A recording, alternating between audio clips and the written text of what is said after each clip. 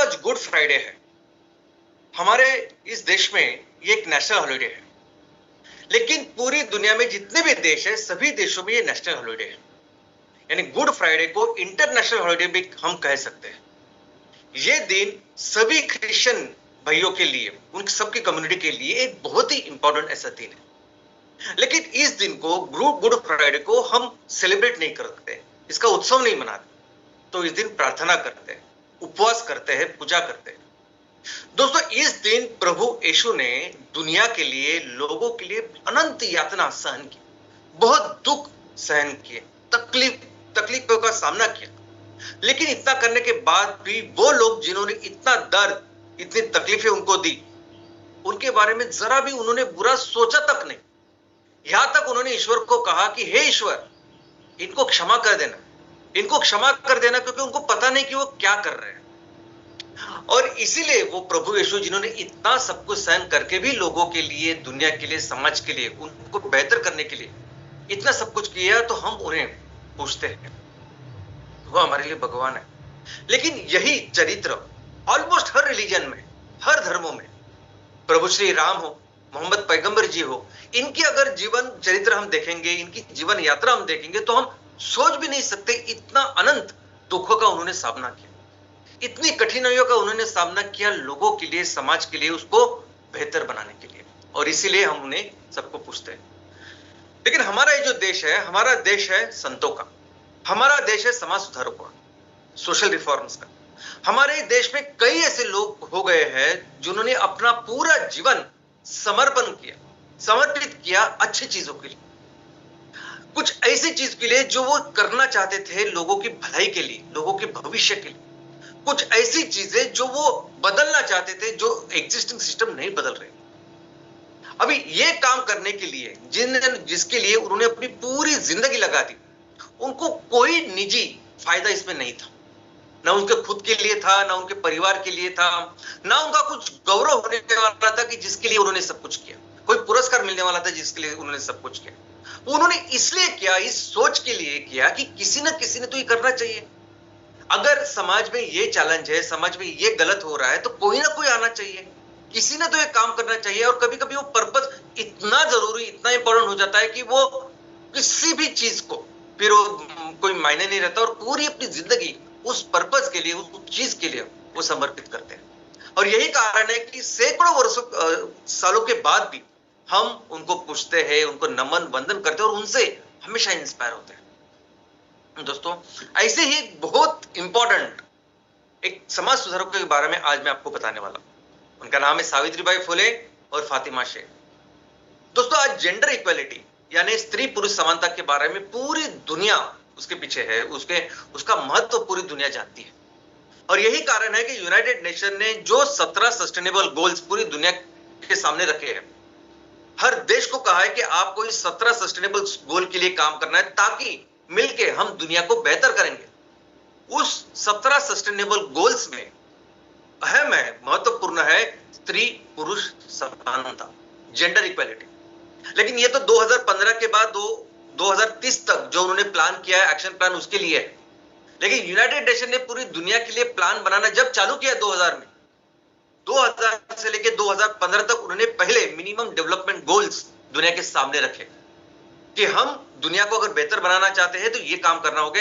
8 लक्ष्य थे, 8 गोल्स थे, और उस 8 लक्ष्य में ही महत्वपूर्ण था, एक था जेंडर इक्वालिटी, स्त्री पुरुष समानता।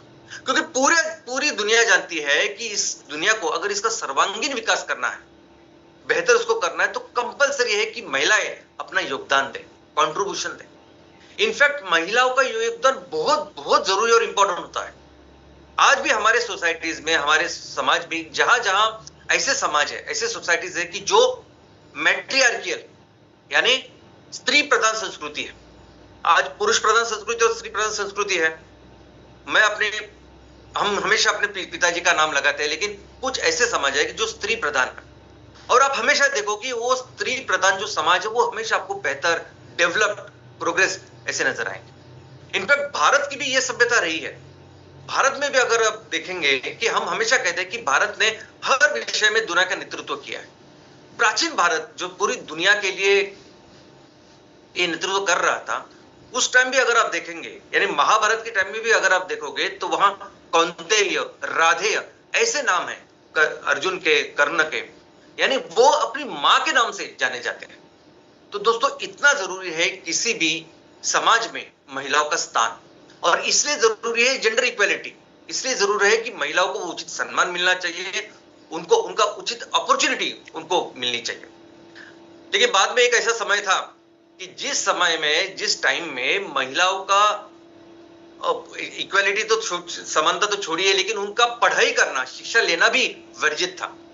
अगर वो पढ़ाई करते, अगर वो शिक्षा लेते तो वो समाज, अपने फैमिली के लिए, परिवार के लिए, समाज के लिए गलत माना जाता था। और ऐसे समय में इन दोनों ने जो काम किया, सावित्रीबाई फुले और फातिमा शेख ने जो काम किया, उन्होंने नींव तैयार की, और उसके वजह से आज हमारे देश में गर्ल्स एजुकेशन या महिलाओं का जो शिक्षा है, ऊंची नींव इन दोनों ने रखी। दोस्तों इसकी शुरुआत हुई महात्मा ज्योतिराव फुले, इनकी वाइफ सावित्रीबाई फुले से। महात्मा ज्योतिराव फुले हमारे देश के, इतने महान समाज सुधारक हैं कि हमारे देश में जितने भी समाज सुधारक हो गए हैं, उनके स्थान में अगर इनका स्थान हम देखेंगे तो बहुत ही ऊपर ऐसा इनका स्थान है। इतना कंट्रीब्यूशन अलग अलग सेक्टर में उन्होंने किया है। तो उनकी धर्मपत्नी थी सावित्रीबाई फुले। जब ब्याह होने के बाद, उन्होंने घर में लाने के बाद, उन्होंने उनको पढ़ाया, उनको शिक्षा दी, लिखाया, पढ़ा, और वो फिर मराठी, अंग्रेजी पढ़ने लगे। उसके बाद वो स्कूल में जाके उन्होंने एग्जाम भी उन्होंने करवाई। लेकिन इन दोनों को बहुत अच्छी तरह से पता था कि महिलाओं के लिए, लड़कियों के लिए ये शिक्षा कितना जरूरी है, क्योंकि इनका एक ही प्रिंसिपल था कि पुरुष अगर कोई सीखता है, शिक्षा लेता है, तो वो खुद के लिए सीखता है, लेकिन महिला अगर कोई शिक्षा लेती है तो वो पूरे परिवार को शिक्षित करती है। तो इसलिए उन्होंने ठानी कि हमारे समाज में ये जो चीज है उसको बदलना चाहिए, और इसी विजन के साथ उन्होंने डिसाइड किया कि हम लड़कियों के लिए स्कूल की शुरुआत करें।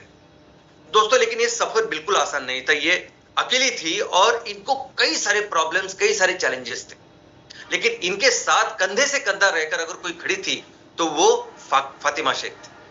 महात्मा ज्योतिराव फुले के फ्रेंड थे उस्मान शेख, उनकी बहन जो भी पढ़ी लिखी थी, उन्होंने इस मिशन में सावित्रीबाई फुले का साथ दिया, और हर वो चीज की, जब भी सावित्रीबाई फुले किसी काम के लिए दूसरी जगह जाती थी तो स्कूल को पढ़ाना, लिखाना, सब कुछ करना, घरों में जाना, ये दोनों घर में जाते थे, लोगों को बताते थे, परिवार को बताते थे, समझाते थे कि किस तरह से महिलाओं का एजुकेशन, लड़कियों के लिए एजुकेशन जरूरी है, और इनको अनगिनत ऐसे दुखों का सामना करना होता था। यानी हम बिलीव नहीं कर सकते कि जब भी ये बाहर निकलते तो लोग तो गलत गलत बात करते ही थे, गालियां देते थे, लेकिन इसके साथ महिलाओं के ऊपर वो कीचड़, गोबर ऐसा डालते थे। यानी इतनी कठिन परिस्थिति में, यानी आज हमारे ऐसी परिस्थिति कि हमें थोड़ा सा कुछ, अगर किसी ने गलत बोल दिया, ऐसा कुछ सहा हमने, तो हमें लगता है नहीं, ये गलत है, मुझे नहीं करना चाहिए। लेकिन अगर हम इनकी एक्चुअली स्टोरी देखेंगे, पढ़ेंगे, समझेंगे इस चीज को, तो आपको पता चलेगा कि कितनी पैशनेटली होती है, और इन दुखों को बिल्कुल वो नजरअंदाज करते हैं। इनफैक्ट ये था कि सावित्रीबाई फुले जब भी घर से निकलती तो उनके थैली में एक साड़ी होती थी, यानी जो जब तक वो स्कूल में पहुंचती थी तब उनकी साड़ी पूरी तरह से खराब हो चुकी होती, तो फिर से वो साड़ी को बदल के वो बच्चों को, लड़कियों को सिखाती थी। तो ये ग्रेट पैशन होता है, और ये ग्रेट पैशन इन दोनों ने किया। दोस्तों ये बात तो यहां तक बढ़ गई थी कि पूरे समाज ने इनको पूरी तरह से बहिष्कृत किया, यानी उनके खुद का समाज, उनकी जिस जाति से वो थे, अपर जाति, बाकी के सभी समाज ने इनको बहिष्कृत किया। इतना ज्यादा प्रेशर उन्होंने घर के आजू बाजू के लोगों ने घर के ऊपर डाला कि महात्मा फुले, उनके पिताजी, उन्होंने अपने लड़के को और अपने महात्मा ज्योतिराव फुले और उनकी वाइफ दोनों को घर से निकाल दिया, और इन्होंने घर छोड़ा लेकिन अपना पैशन, अपना मिशन नहीं छोड़ा, और वो घर से निकल गए इस मिशन के लिए। और बाद में फिर उनके जो दोस्त थे उस्मान शेख, उन्होंने अपनी जगह दे दी, और उसमें फिर से उन्होंने स्कूल की शुरुआत की, महिलाओं के लिए स्कूल की शुरुआत। तो दोस्तों कितनी कठिन परिस्थिति से ये सब जाते, क्यों करते ये, क्यों ये सभी लोग, ये सभी समाज सुधारक है जिनको हम पूछते हैं, जिनको वंदन करते हैं, ये भगवान के रूप में हम जिनको पूछते हैं, वो इतना पेन, इतनी तकलीफ है, इतना दर्द क्यों सहन करते हैं? क्योंकि सहन करते हैं क्योंकि बहुत जरूरी होता है, बहुत जरूरी है समाज को बदलना, या वो जो गलत चीज हो रहा है उसको बदलना, भले ही, और इसके पीछे उनका कोई निजी स्वार्थ नहीं होता, लेकिन उनको पता होता है कि उनके इस प्रोफेशन की वजह से, उनके इस काम की वजह से कितना बहुत बदलाव आने वाले दिनों में होने वाला है, होता है। और हम देखते हैं ये लोग अगर नहीं होते तो क्या होता, और इन्होंने अपने कंट्रीब्यूशन से, अपने काम से कितनी कितनी किस और अपने देश को लेके गए। इनफैक्ट हमारे यहाँ अभी इस हफ्ते हमने शहीद दिन मनाया, 23 मार्च को हम शहीद दिन मनाते हैं। अभी शहीद दिन में हमने राजगुरु जी, भगत सिंह जी और सुखदेव जी, इनको फांसी दी गई। अभी कितनी उम्र थी राजगुरु की, उनकी उम्र देखेंगे तो 22 साल, भगत सिंह जी की 23 साल और सुखदेव जी की 23 साल। अभी इस उम्र में आजकल के जो नौजवान हैं वो क्या सोचते हैं, या नॉर्मली जो नेचुरली है वो फैमिली के बारे में, करियर के बारे में, जिंदगी के बारे में सोचते हैं, लेकिन पूरी जिंदगी का, पूरे जीवन का समर्पण इन लोगों ने दिया, देश के लिए दिया। और सिर्फ दिया नहीं, लाखों लोगों को प्रेरित किया, लाखों लोगों को प्रेरित किया, जिसके वजह से हमें आजादी मिली। और आज उससे वहां तक नहीं है, आज भी हर साल हमेशा ये हमें प्रेरित करते हैं, हमेशा हर दिन प्रेरित करते हैं।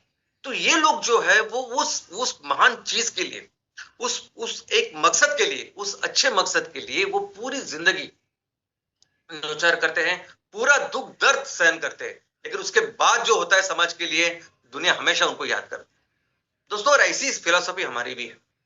हमारी भी जो फिलॉसफी है ना, हमारी सोच ऐसी है कि हमें भी लगता है कि हम कंट्रीब्यूट करें। आज भले ही बिजनेस कर रहे हैं हम लोग सभी हमारे परिवार में, लेकिन इस बिजनेस का भी जो उद्देश्य है वो आपको, हम सबको पता है। इस बिजनेस का उद्देश्य है कि, तो बिजनेस हम कर ही इसलिए है कि हमें इस धरती माँ को बचाना है, इसका ख्याल रखना है। पहले तो ये पर्पस है, बाद में बिजनेस की शुरुआत।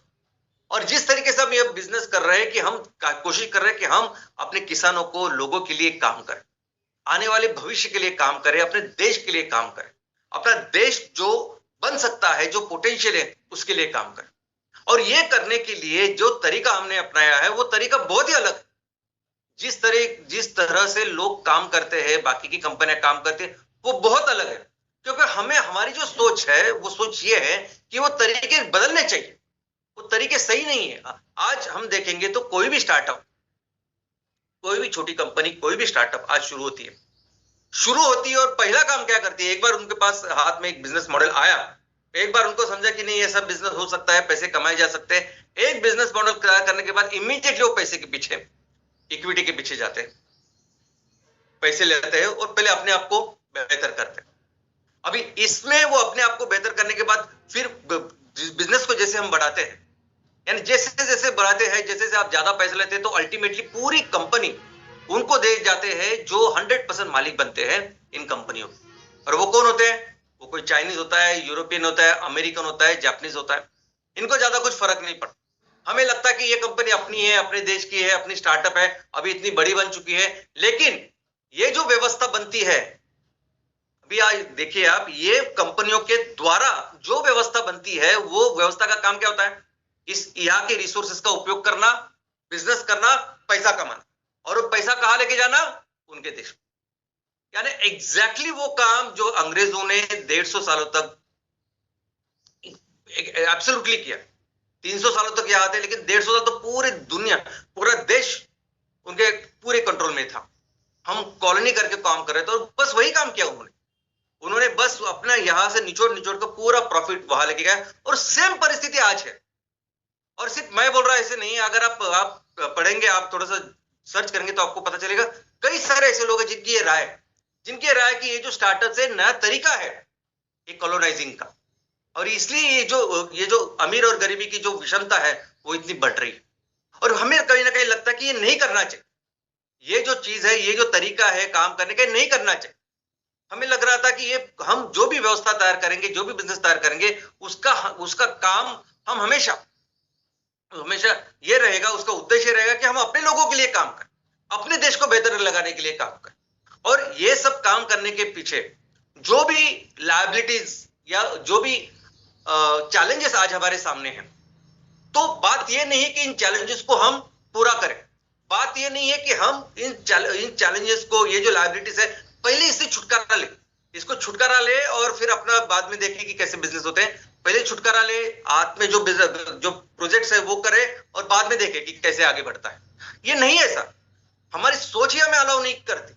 हमें लगता है कि हमारी जिम्मेदारी है, जिस जिम्मेदारी के साथ हमने ये सब कुछ शुरुआत की है, जिस जिम्मेदारी के साथ ये विजन मिशन हर तहसील में हमने शुरुआत की, उसकी जिम्मेदारी है हर तहसील में उसको वो प्रोजेक्ट करना, जो विजन के साथ, जो विचार के साथ हम सभी लोग जुड़े हैं, ये बड़ा परिवार जो हमने बनाया है, उसकी पूरी जिम्मेदारी लेना और उसके लिए काम करना, ये हम समझते हैं हमारी जिम्मेदारी। ये सिर्फ लायबिलिटीज आज की तारीख में पूरा करना ये जिम्मेदारी नहीं है। हमारी जिम्मेदारी है, हमारी रिस्पॉन्सिबिलिटी है कि हर तहसील का जो पोटेंशियल है कि एक सुजलाम सुफलाम राज्य हम बन सकते हैं। हमारे गांव में, हमारे तहसीलों में इतना रिसोर्स है, इतना बिजनेस का निर्माण कर सकते हैं हम कि बहुत ज्यादा पैसे और संपत्ति का निर्माण कर सकते हैं, और हर व्यक्ति की जो प्रति व्यक्ति आय है वो कई गुना हम बढ़ा सकते हैं। ये जो हमारे देश का पोटेंशियल है उसको करना, ये हमारा विजन है, और इसकी जिम्मेदारी, इसकी रिस्पॉन्सिबिलिटी हमने ली, और बस इसी के लिए काम करते। कभी भी किसी भी लेवल पे, किसी भी चैलेंजेस में, किसी भी परिस्थिति में हम अपनी सोच को कॉम्प्रोमाइज ही नहीं कर सकते। नहीं, आज सिर्फ अपने बारे में सोचिए या अपने पहले, ये सब सोच ही नहीं सकते हम लोग। और इसीलिए जब भी आप कोई चीज एक अच्छी तरह से करना चाहते हो, एक अच्छा मकसद है आपके पास, और उस मकसद के लिए फिर आप दिन रात, और तकलीफें सिर्फ हमें नहीं, हमने देखा कि किसी भी कोई भी समाज सुधारक हो, कोई भी ऐसे व्यक्ति जिन्हें हम पूछते हो, आप देखिए इन सभी लोग ऐसे मुश्किल राह से गुजरे हैं, उन्होंने सब ऐसे परेशानियों का सामना किया, तो ठीक है, that is a part and parcel. But जब आप एक काम करते हो, आपका उद्देश्य, आपकी नियत, आपकी सोच अच्छी होती है, आप दुनिया के लिए, लोगों के लिए, इस वातावरण के लिए भलाई करना चाहते हो, और आपकी ये जो सोच है वो प्रकृति के सोच के साथ अगर है, उसके नियमों के साथ अगर है, तो ये प्रकृति हेल्प करती है आपको। ये सब काम करने में ये प्रकृति एक्चुअली मदद करती है आपको। इनफैक्ट इसके लिए एक बहुत ही इंपॉर्टेंट, अभी दुनिया में एक बहुत बड़ी बुक है जो बेस्ट सेलर है, इंटरनेशनल बेस्ट सेलर है वो बुक, जिसका नाम है द सीक्रेट, और वो दुनिया के हर भाषा में इसका अनुवाद हुआ है, और हिंदी में उसका अनुवाद है रहस्य। कौन सा रहस्य, किसके लिए रहस्य? रहस्य कि कैसे कोई लोग दुनिया में सफल बनते हैं, कैसे कोई लोग जो सोचते हैं वो करके दिखाते हैं, कैसे कोई लोग जो सोचते हैं, जो सपना रखते हैं, उस सपने को पूरा करते हैं, कैसे करते हैं। इसके बारे में उन्होंने इस बुक में, इस पुस्तक में लिखा है, और ये पुस्तक दुनिया भर में ऑलमोस्ट हर जगह पब्लिश है, और हर देश में ये बेस्ट सेलर है। इसके ऊपर मूवी भी आई है कि लोग देखना चाहते हैं कि क्या रहस्य है, क्या वो सीक्रेट है कि जिसकी वजह से आप जो सपना देखते हो, अगर आपके मन वो करते हो, कैसे कोई लोग यशस्वी होते हैं या सफल होते हैं, क्या रहस्य है। तो रहस्य क्या है? रहस्य यानी दिल से अगर आप सोचो, पैशनेटली आप इस काम को करो, शिद्दत के साथ अगर आप काम करो, तो ये काम होता ही है। Thought becomes things. आप जैसा सोचते हो वैसा ही होता है। आप अगर बहुत दिल से, बहुत स्ट्रांगली इस चीज को सोचते हो, जो चीज दुनिया के लिए अच्छी है, जिसका उद्देश्य सही है, और आपकी ये जो सोच दुनिया की, ये प्रकृति की जो सोच है, प्रकृति की जो नियम है, उस नियम के साथ अलाइन करती है, तो ये प्रकृति खुद को रीअरेंज करती है, ये प्रकृति खुद को एडजस्ट करती है ताकि आप अपने लक्ष्य को हासिल करें। और यही सीक्रेट है, तो बाकी दूसरा कोई भी सीक्रेट या रहस्य नहीं। तो उन्होंने कहा कि ये सब डिपेंड है आपके ऊपर, आप कितने दिल से करना चाहते हो, ये आपको क्या लगता है कि कितने पैशनेट हो, कि किस हद तक जा सकते हो आप ये हासिल करने के लिए। बस अगर आप सही हो, अगर आप 100% पैशनेट और फोकस्ड हो, तो आपके ये विचार, ये लक्ष्य 100% होंगे। और ये 100% साइंस है, ये कोई फिलोसॉफी नहीं है, ये ऐसा कोई सिर्फ बोलने की बात नहीं है, एक्चुअली 100% साइंस है। अभी देखिए, मोबाइल एक सेकंड में कैसे बात कर सकते हैं, रेडियो, टीवी, सैटेलाइट, अभी ये कैसे होता है बिना विदाउट वायर वगैरह। तो एक व्यवस्था बनी हुई है एटमॉस्फेयर में, व्यवस्था बनी। ये जो सभी जो डिवाइसेस है, इनसे वेव्स निकलते हैं, मोबाइल हो, टीवी हो, बाकी सब कुछ, और इनके ये डिवाइस है, उनका जो ट्रांसमीटर होता है, वो ये जो वेव्स निकलते हैं, ये वेव्स हमारे एटमॉस्फेयर में जो भी अलग अलग लेवल्स है उस अलग अलग लेवल में वो जाते हैं, जिसे हम FM AM अलग अलग चीजें बोलते हैं, और ये फिर वहां जाते हैं और फिर हमारा कम्युनिकेशन होता है। अभी आपका ये कम्युनिकेशन डिपेंड होता है कि आप कितने स्ट्रांग, वो ट्रांसमिशन टावर है कितने स्ट्रांग, वो वेव्स है।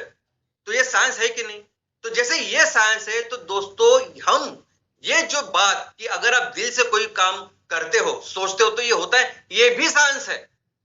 हम सभी उस डिवाइस के जैसे ही एक ट्रांसमीटर है, कंटिन्यूसली।